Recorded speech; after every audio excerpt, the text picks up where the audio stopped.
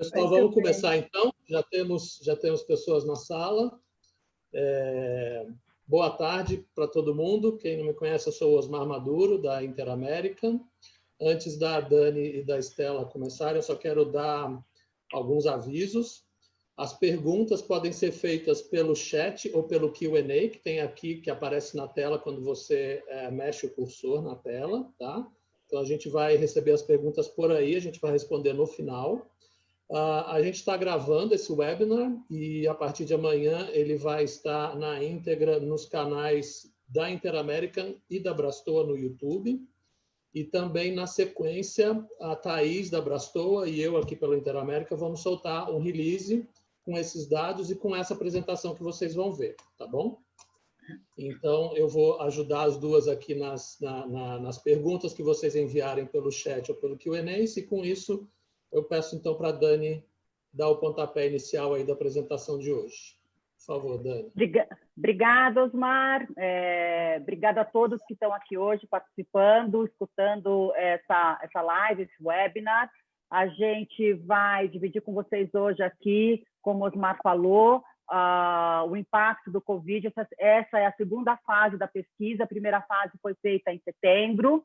E nós temos a honra de estar junto com a Brastoa nessa segunda rodada, muito feliz com isso, e com uma grande amiga minha, que é a Estela Farina, que todos vocês conhecem, que ela é vice-presidente da Brastoa e também é diretora-geral da NCL, que é a Norwegian Cruise Line no Brasil.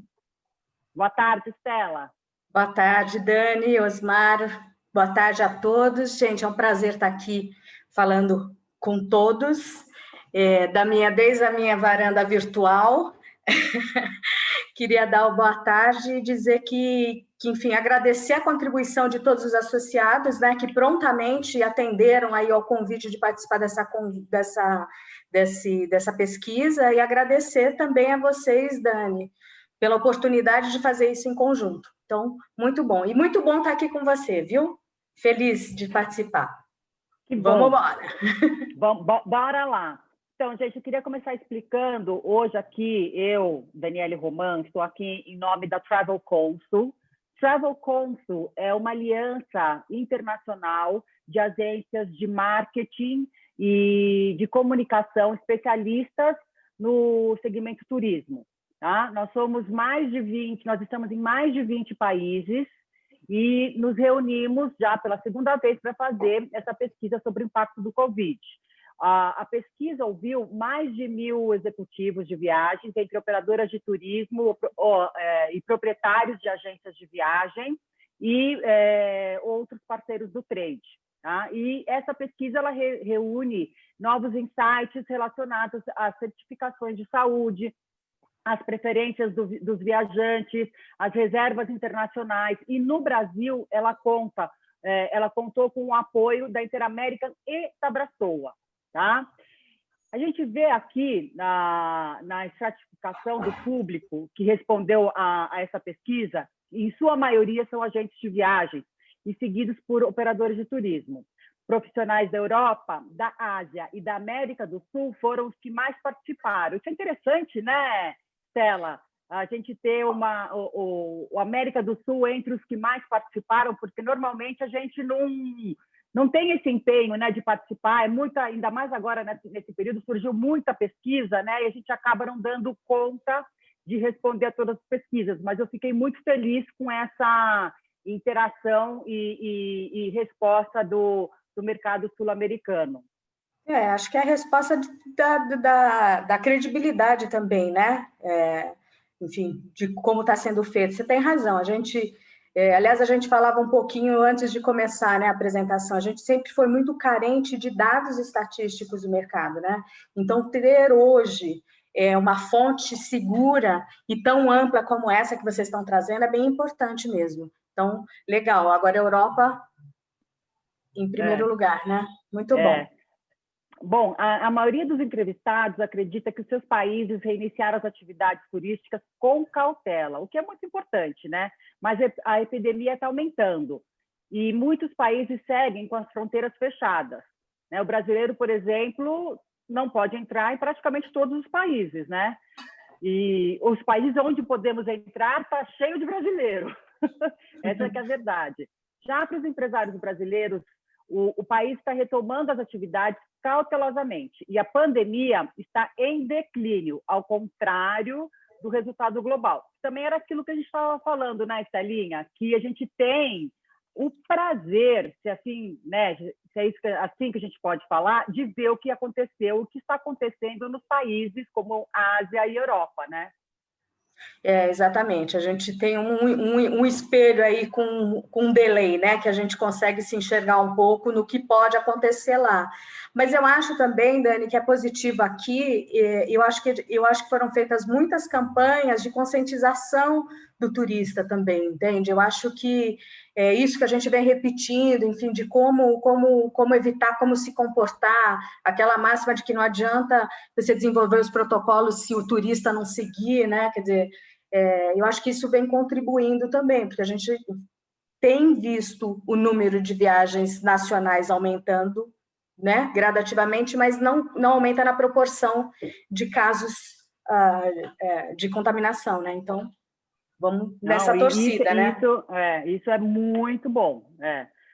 Aqui no slide 5, né, o que a gente vai ver é que a maioria das empresas, um percentual de 36%, declarou que o maior impacto no trabalho foi mudar de tempo integral para meio período. Mas em relação à pesquisa anterior, tá?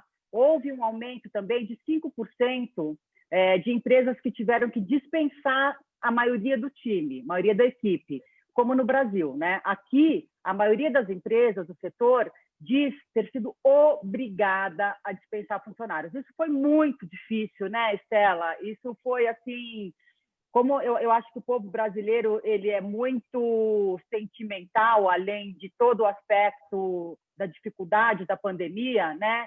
A gente tem que se desfazer de um time que muitas vezes a gente trabalha arduamente para ter a melhor equipe. Exato. Né? E ter que se desfazer dessa equipe é uma coisa difícil, né? Exatamente. É investimento em treinamento, é relações pessoais que a gente desenvolve, né? A gente é tão afetivo, né? Muitas vezes a empresa é quase uma segunda família, então são decisões difíceis, né? Mas ao mesmo tempo tinha de ter um ajuste, né, Dani, enfim, proporcional à redução do volume de negócio, né? Inevitável, né? Mas acho que a gente já começa a ver, enfim, recontratações, aberturas de novas vagas. Então, vai ser gradativo, mas torcer para que a coisa volte bem também, né? Os bons profissionais vão se recolocar aí.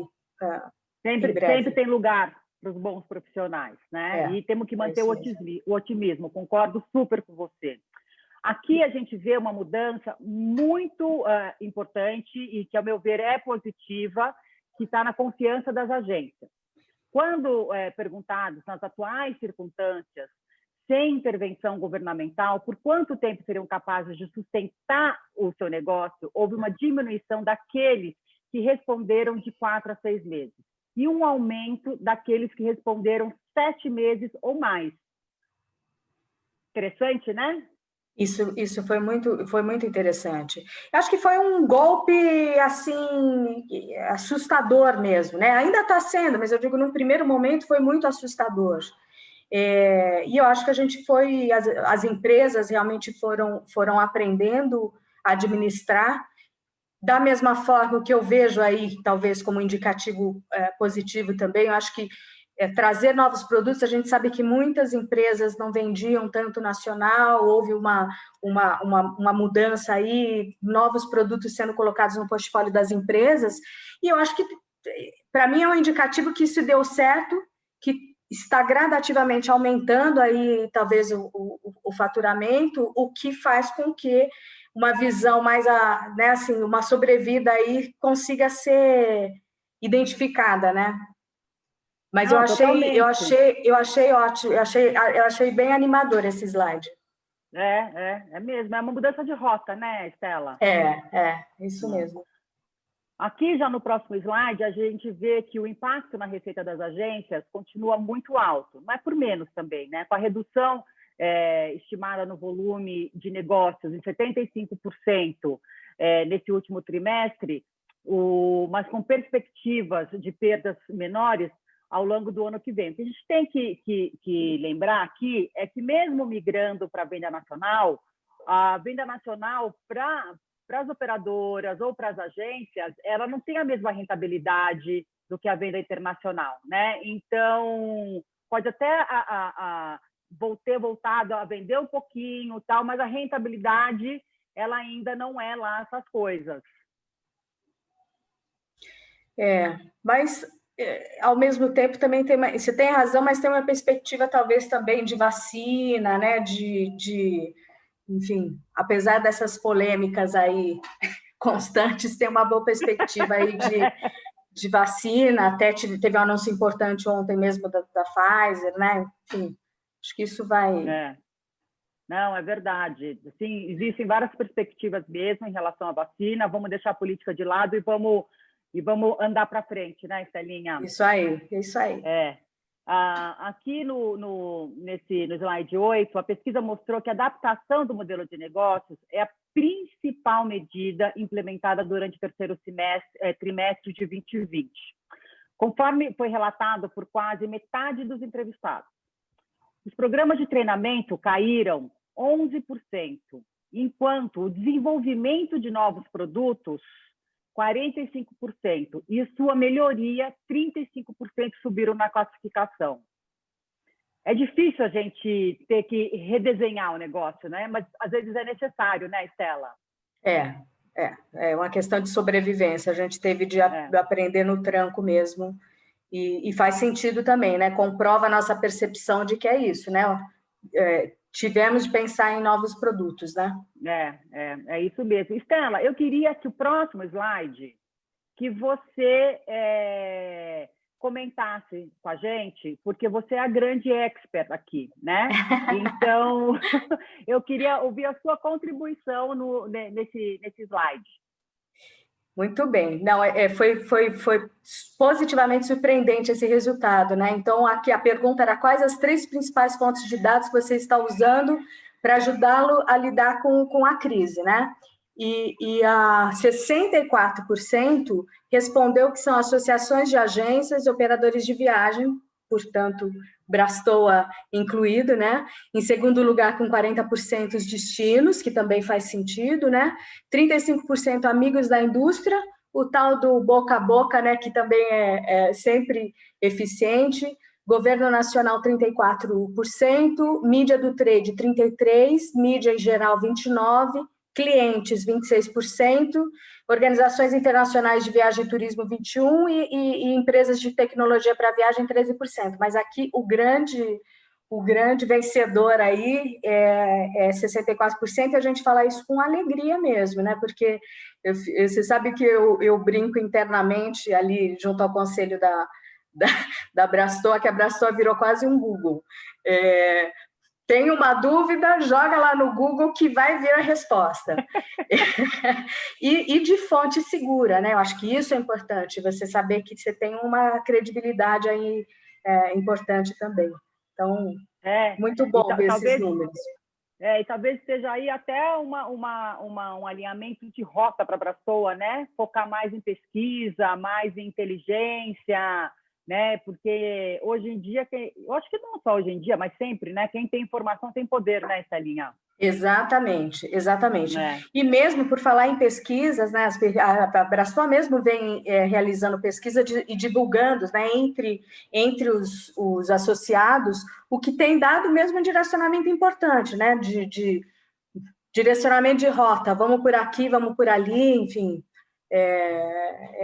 Está sendo realmente um aprendizado e talvez uma nova leitura do papel que as associações também têm, né? Isso mesmo. Fico super feliz com essa nova direção da Brastoa. Agora a gente vai falar um pouquinho nos próximos slides. A gente vai entrar, na verdade, na parte em que os donos de agências e os donos das operadoras descrevem um raio-x do comportamento dos seus clientes. Eu acho que isso também é um insight muito importante para a gente, né? E para todos que estão aqui com a gente hoje. No slide 10, o adiamento das viagens ainda é mais prevalente do que os cancelamentos, na maioria dos continentes do mundo, isso não é uma coisa só aqui. Mas a Ásia, a Austrália, a Europa mostram índices maiores de 50% de cancelamento. Isso é bem interessante. Também eles, né, eu acho que isso também é porque eles entraram no repique da segunda onda, né? Coisa que a gente ainda não entrou. Quando a gente vai no slide 11, 48% dos clientes estão esperando para decidir quando viajar, ou eles estão reservando uma viagem internacional com menos de um mês de antecedência, né? Ou seja, 21% deles. Isso é uma coisa que sempre foi meio que uma tendência do brasileiro, né? O brasileiro sempre foi famoso por reservar last minute, mas os europeus, os americanos, eles reservam a viagem deles com um ano de antecedência. Então, assim, para outros países, reservar com um mês de antecedência é uma novidade muito grande. Então, assim, para eles é, de fato, uma readequação do que eles estão acostumados a de eterno, né? Se a gente vai para o próximo slide, as reservas de última hora elas estão se tornando mais proeminentes para os viajantes europeus, com 34%.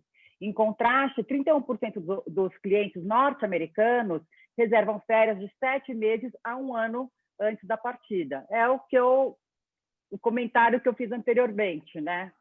Dessa grande mudança para esses países especificamente. Uhum.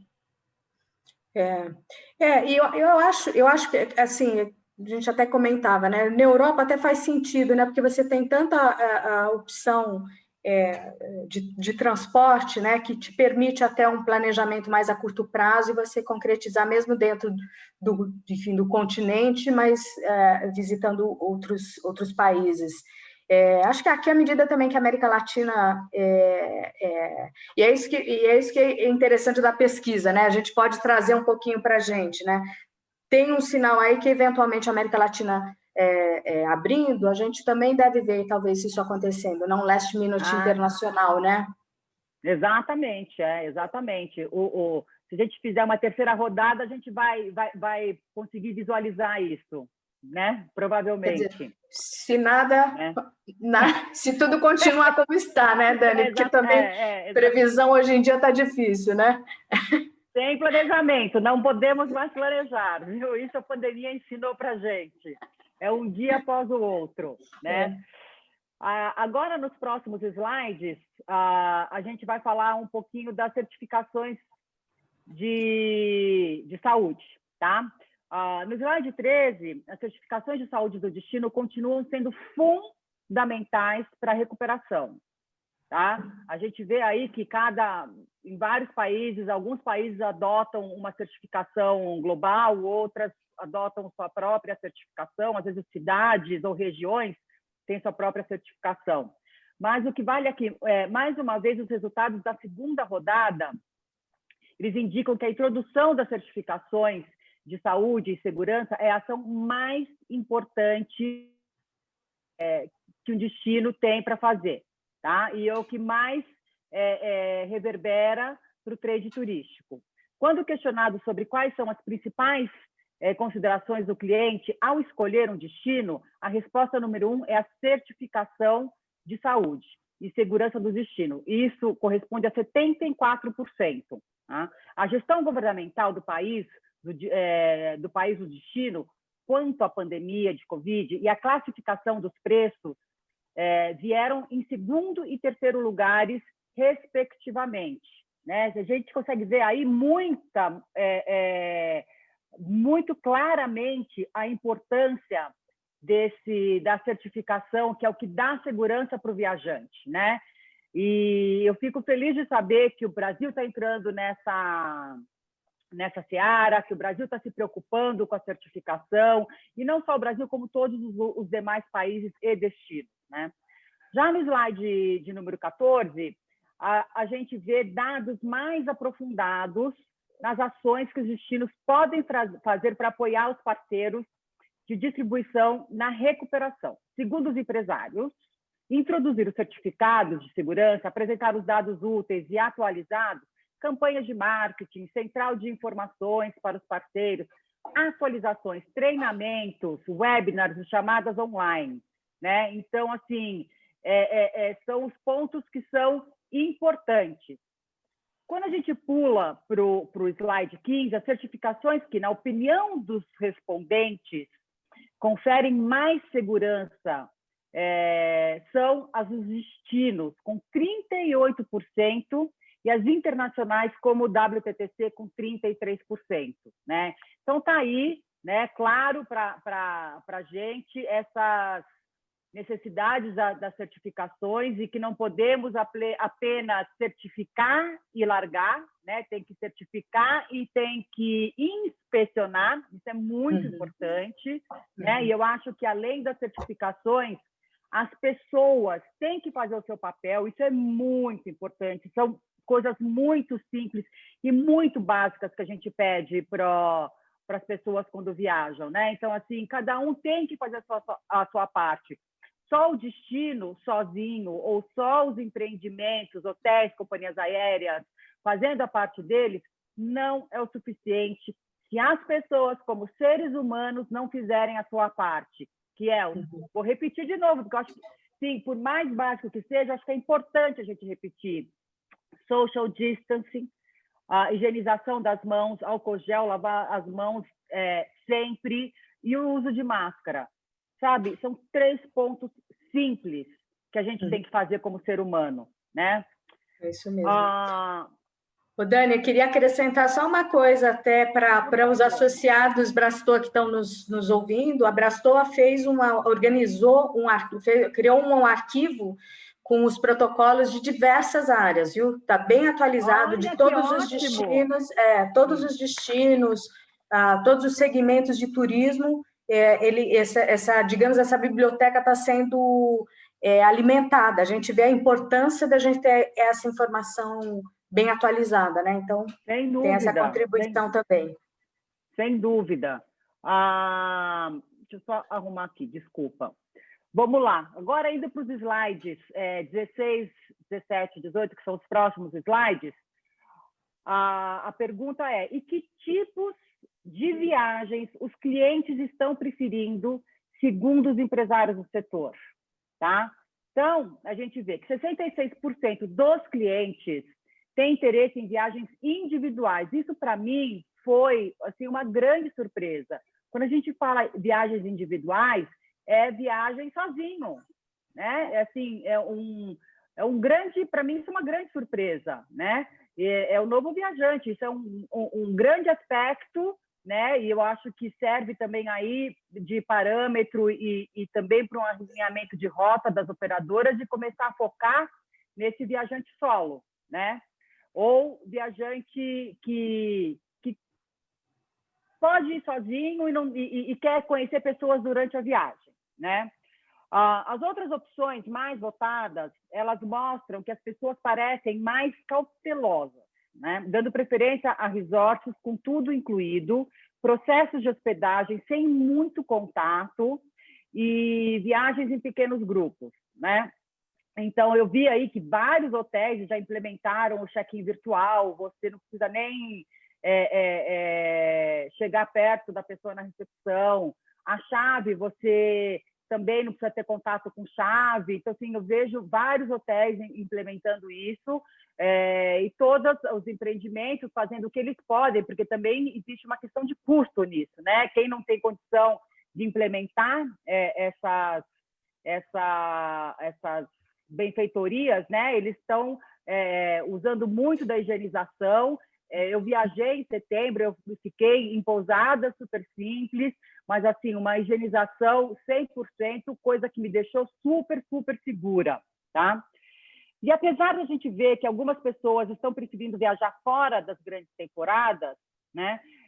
Por essa pergunta, a gente vê que os principais períodos de viagens continuam os mesmos, com 64% das respostas, né?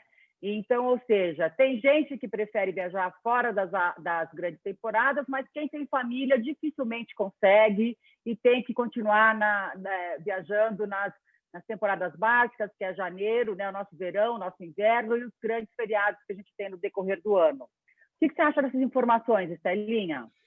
Então, eu acho também que acaba tendo um dado importante aí, né? Hoje, a gente está falando de férias, mas não necessariamente hoje o cara viaja e continua trabalhando, né? Então, isso acaba desvinculando um pouco de temporada de férias ou temporada de verão, né? Tem mais a ver, talvez, com agendamento, pelo menos hoje, com agendamento pessoal, faz sentido, né? Também acho. E tem muita gente agora que também está podendo viajar, trabalha remoto, né? Vai para um lugar onde tem garantia de um bom Wi-Fi. Exatamente. Né? Então, isso acho que é uma grande mudança. O tal do nômade virtual, né? Que já vinha se falando e acho que deve acontecer mesmo, cada vez mais, né? O nômade digital, Estelinha. Digital, não é virtual. Viu? O nômade digital, a gente não pode é verdade. mostrar a nossa idade, tá? É verdade. Mas você sabe que na nossa equipe mesmo, tem gente que... Nós estamos toda a equipe trabalhando em home office, tem gente que, enfim, está circulando diversos destinos enquanto trabalha, né? Pessoal, então, tá tudo certo. Né? Tá tudo certo, desde que a pessoa entregue. Né? É exatamente. Isso que a gente precisa da equipe, né? Porque tá difícil para a gente, para a equipe, para todo mundo, não, né? Então, assim, a gente tem que fazer as coisas da melhor maneira possível, respeitando sempre o traço que a gente tem, o contrato que a gente tem entre empresário e colaborador. Eu acho que a partir do momento que a gente respeita, não interessa se a gente está em Cubatão, São Paulo, Rio de Janeiro, o importante é entregar. Né? E ajudar e ter uma ajuda mútua para a gente sair dessa situação. Isso mesmo. E como as políticas, mudando um pouquinho, né, de assunto, de tópico, como as políticas dos fornecedores estão afetando os parceiros de distribuição de viagens, ou seja, afetando aos operadores, às agências, né? Então, 45% dos parceiros de distribuição acreditam que as políticas de cancelamento e flexibilidade dos fornecedores estão tendo um impacto positivo em seus negócios atualmente. Isso é muito bom, gente, porque eu lembro que lá no começo da pandemia tinha uma gama de fornecedores que não estava, talvez não tivesse preparado, talvez não tivesse consciência da atual situação, né? E não estavam sendo muito flexíveis, né? Então é bom saber que já existe uma colaboração maior dos fornecedores.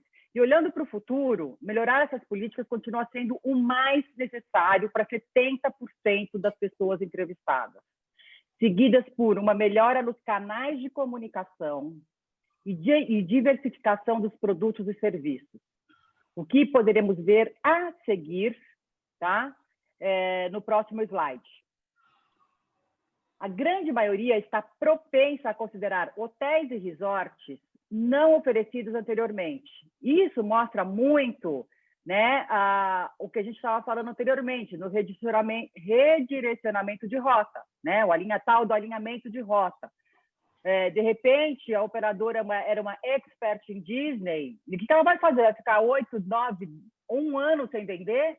Não, ela redireciona. Né? Quem não vendia nacional vai passar a vender nacional. Quem não vendia Caribe vai passar a vender Caribe. Ou quem não vendia Turquia, Maldivas, México, né? Que são países que estão aceitando os brasileiros hoje. A Argentina, graças a Deus, né? Também passou a aceitar os brasileiros. Então, assim, a gente vê claramente a necessidade que houve e como os operadores estão e agências de viagem estão trabalhando nesse sentido, né? Bem como eles também estão considerando destinos não oferecidos anteriormente, que foi o que eu falei, né, agora há pouco. E também eles estão considerando trabalhar com novos fornecedores.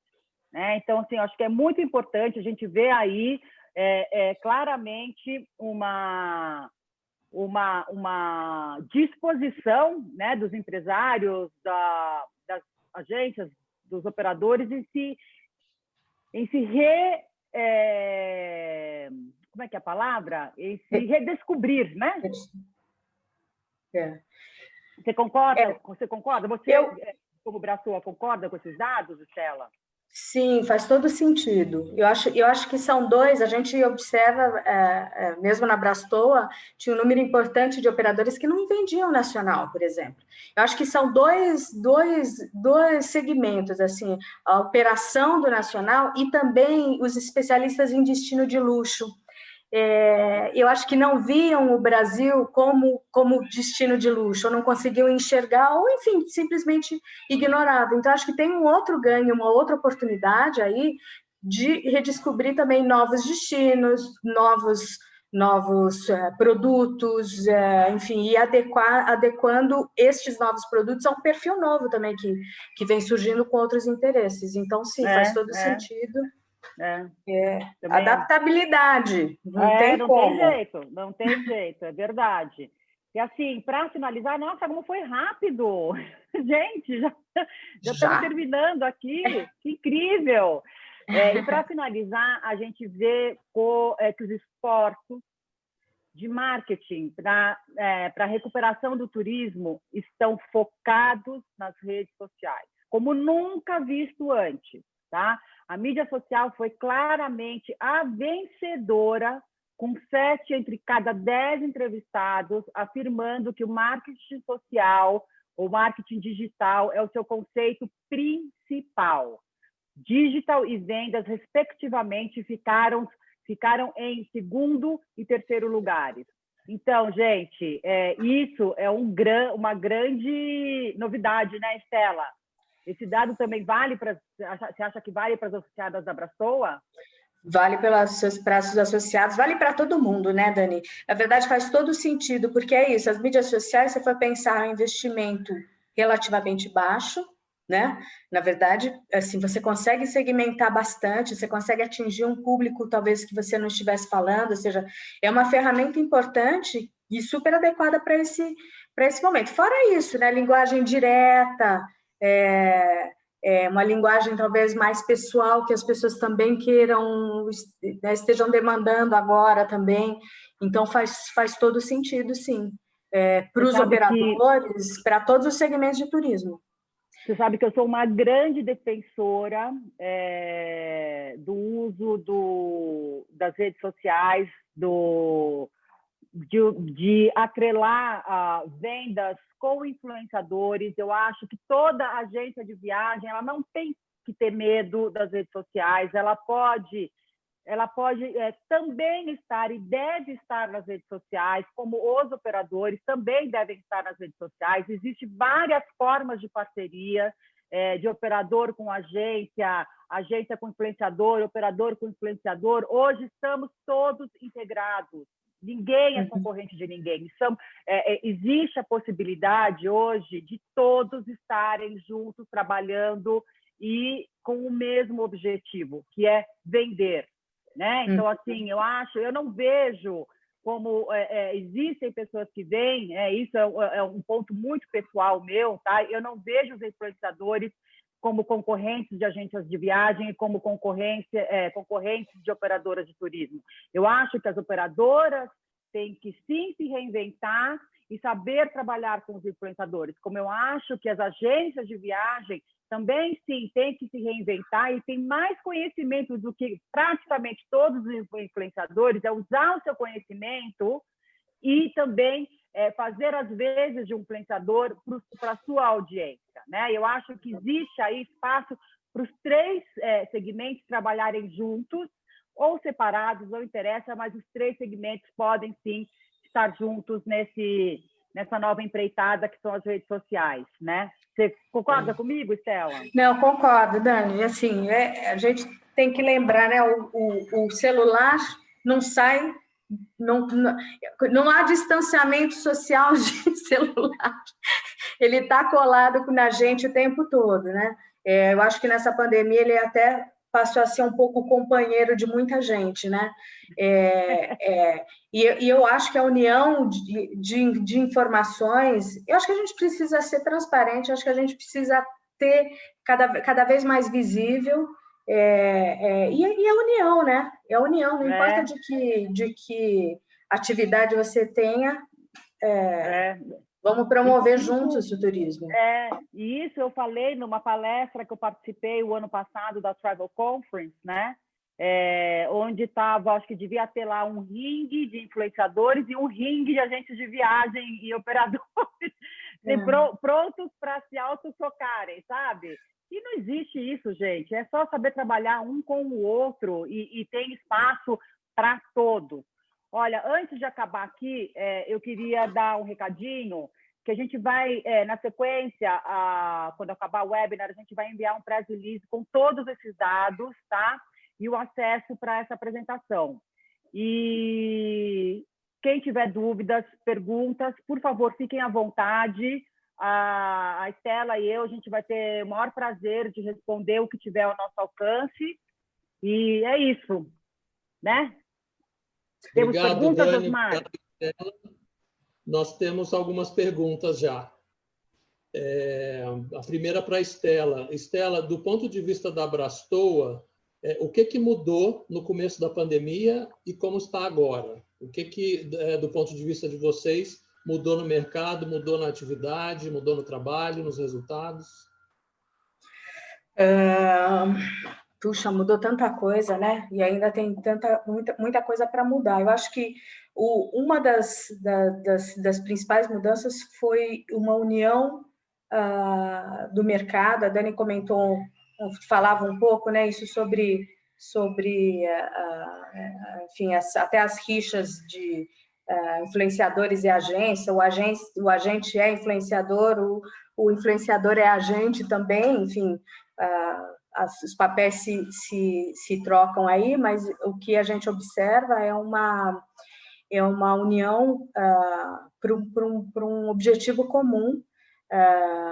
Assim, acho que principalmente na Abrastoa a gente observa isso muito. Eu acho que também a gente aprendeu a importância de trabalhar junto a Brasília, digamos, junto a quem pode determinar as leis. Acho que a gente, durante muito tempo, foi aprendendo a achar soluções por nós mesmos, né? Acho que essa é uma característica do brasileiro sensacional, que a gente não pode perder, que é a criatividade, que é achar maneiras de fazer acontecer. Eu acho que é isso positivo, mas a gente não pode trabalhar sozinho, a gente tem que trabalhar em grupo e saber que enfim, ter o apoio do governo é fundamental para conseguir continuar vivendo e desenvolvendo o turismo. Eu acho que essas são as principais características e mudanças do início para o fim. Acho que a gente também foi aprendendo um pouco mais a administrar, para dizer a verdade, né? Então, aquilo de trabalhar a caixa, de saber administrar o seu negócio também, foi importante. A gente conseguiu ver um pouco a evolução disso no decorrer aí da pandemia, né? Acho que tem muita coisa ainda para acontecer. Eu acho que dá para desenvolver mais, usar mais a nosso favor as ferramentas online. A gente viu aí sobre redes sociais, mas acho que tem outras ferramentas online que podem ser melhor utilizadas também no mercado. Mas acho que Emendando, tem uma pergunta do André Lima, dizendo o seguinte: infelizmente enfrentamos uma perspectiva de uma segunda onda de crise e lockdowns aqui no Brasil. Essa pergunta para as duas, tá? Vocês acreditam que mesmo sob essa sombra, que o pior já passou e nossa indústria já estaria preparada para um novo impacto? Essa pergunta é para as duas. Tá. Quer começar, Estelinha? Eu posso, para mim, sim. Assim, para mim, o pior já passou e eu acho que eu nem vejo tanto um novo grande impacto. Eu acho que a nossa recuperação está sendo bem gradativa e não sei, eu acho que ela vai continuar nesse formato, mas com melhora. Vocês bem sabem, aí eu vou falar um pouco rapidamente só do segmento de cruzeiros, vocês bem sabem que foi o mais atingido, né, nessa pandemia dentro de turismo, né, e a gente já consegue ver ótimas perspectivas já para 2021. Não é sendo muito otimista, mas é sabendo que realmente a gente já passou por dificuldades tão grandes com perspectivas bem piores e acho que o panorama é mais positivo daqui para frente, sim. Eu acho que o brasileiro ele está enlouquecido para viajar. Sim. Que é muito, muito, muito. Foi um ano bem difícil para todo mundo e o brasileiro ele realmente precisa viajar, precisa sair das quatro paredes, e eu acho que uma segunda onda, se bem que a gente nem chegou exatamente na nossa primeira onda, mas eu acho que para a gente ter piorar da forma que está, só depende da gente. Acho que o governo está fazendo o que pode, eu acho que com os selos de certificação, eu acho que os hotéis, as companhias aéreas estão fazendo o que eles podem, o que está dentro do alcance deles. O resto é ter a vacina, que a gente não sabe quando vai ter, porque isso aparentemente está uma questão mais política do que outra coisa, né? Deus queira que a gente consiga uma vacina logo, tá? E é o comportamento das pessoas, são aquelas 3 coisinhas básicas: distanciamento social, o uso da máscara, higienização das mãos. Se nós fizermos isso, eu acho que a gente consegue conter qualquer tipo de avanço. Legal. A Camila fez uma pergunta, mas o André já respondeu. A Camila queria saber sobre essa biblioteca de protocolos e exigências que a Estela mencionou. Para quem se interessar, o André já compartilhou o link no Q&A. E tem uma outra pergunta da Camila também, essa para a Dani. Dani, a Travel Consul prevê uma terceira rodada dessa pesquisa? Olha, ainda não falamos, mas eu acho que provavelmente sim, né? Provavelmente no começo ou no primeiro trimestre do ano que vem, provavelmente eles façam, porque é interessante a gente ver a evolução de um momento do ano para o outro, né? Em cada país. Sim, devemos ter 2 no ano que vem. Parece que já comentaram justamente uma no primeiro semestre e uma no segundo semestre, justamente para medir e para comparar. Obrigado, Dani. Estela, tem mais uma pergunta para você. O que pode ser apontado como a principal lição aprendida pelos gestores do turismo na crise? Olha, eu acho que a gente aprendeu a ter coragem e tomar decisões difíceis. A gente aprendeu muito a se adaptar. Acho que a gente ainda continua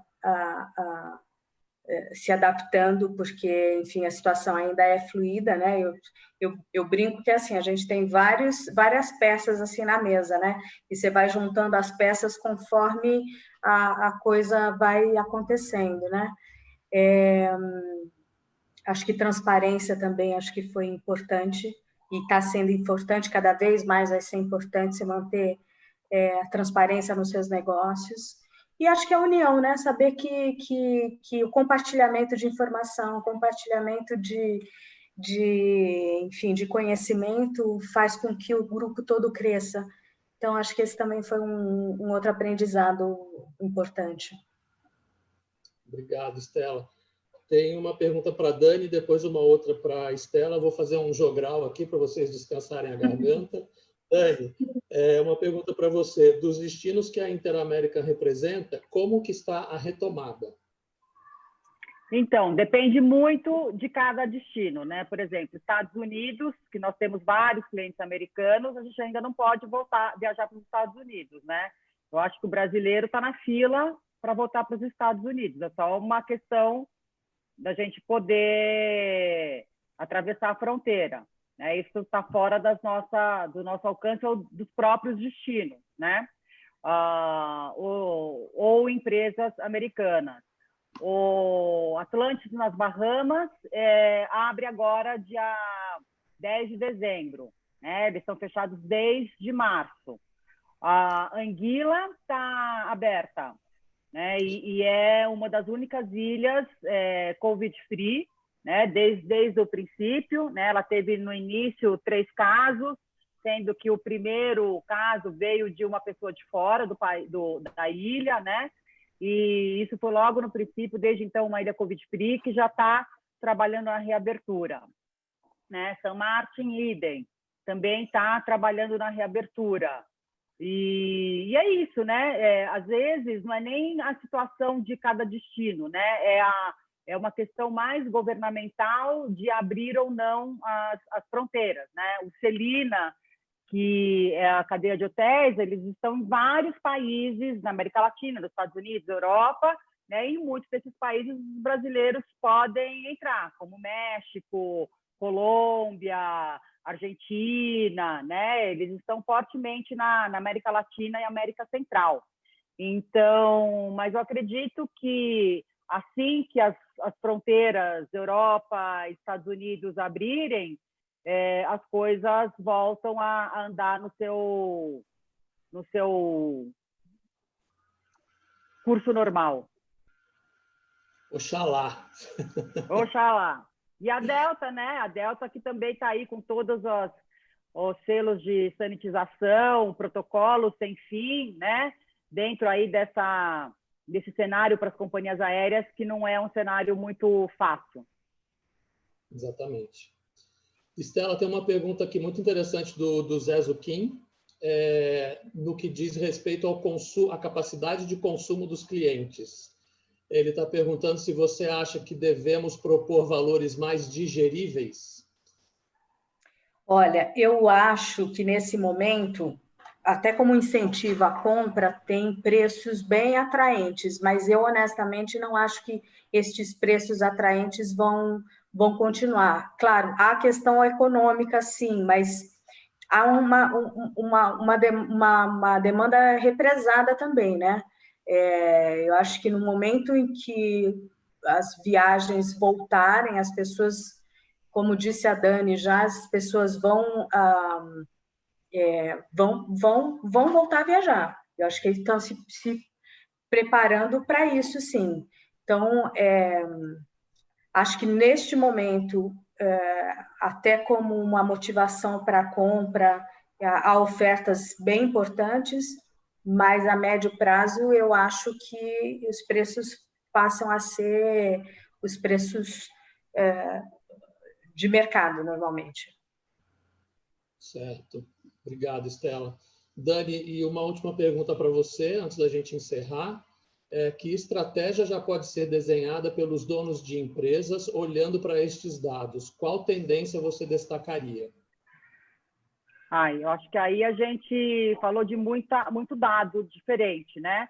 Mas o que eu vejo aí é a questão das redes sociais, né? Que eu acho que todos devem ter uma estratégia de redes sociais. Isso é muito importante, porque é a forma mais barata, custo-benefício, de você, com uma boa empresa te ajudando, tá? Se comunicar com o seu cliente final e atingir novos clientes. Isso é fundamental e esse é um ponto. Eu acho que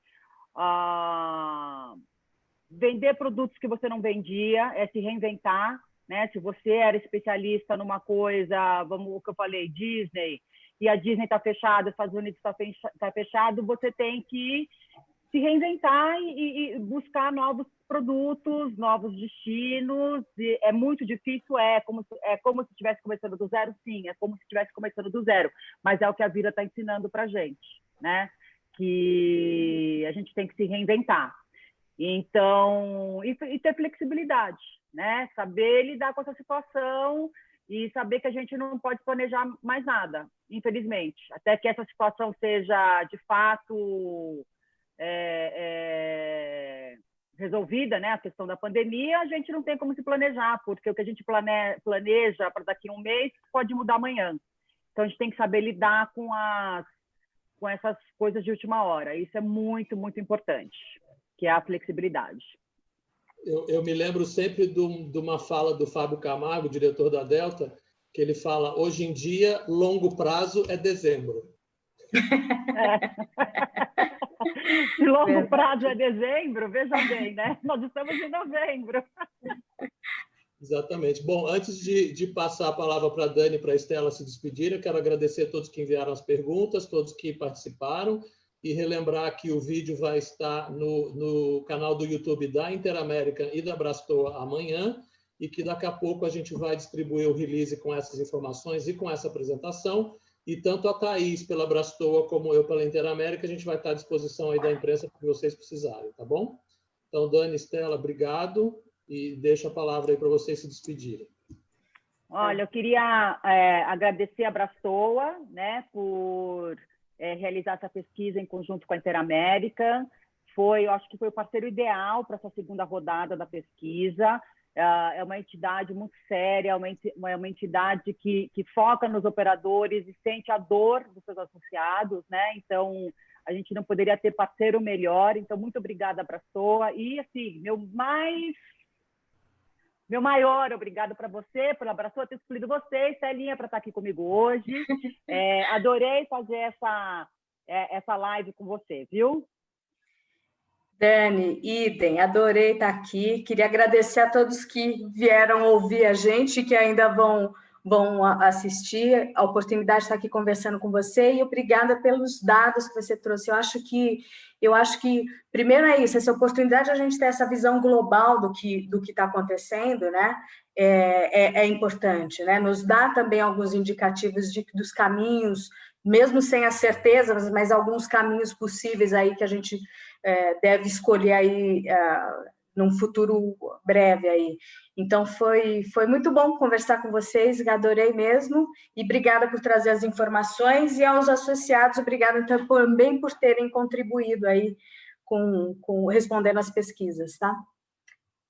Obrigada, gente. Obrigada. Tchau, gente. Obrigada. Obrigada, Osmar. Obrigada, Osmar, por tudo, pela intermediação aí da live e pelo apoio em toda a pesquisa do começo ao fim. Obrigado a todos aí. Um abraço. Tchau. Boa tarde.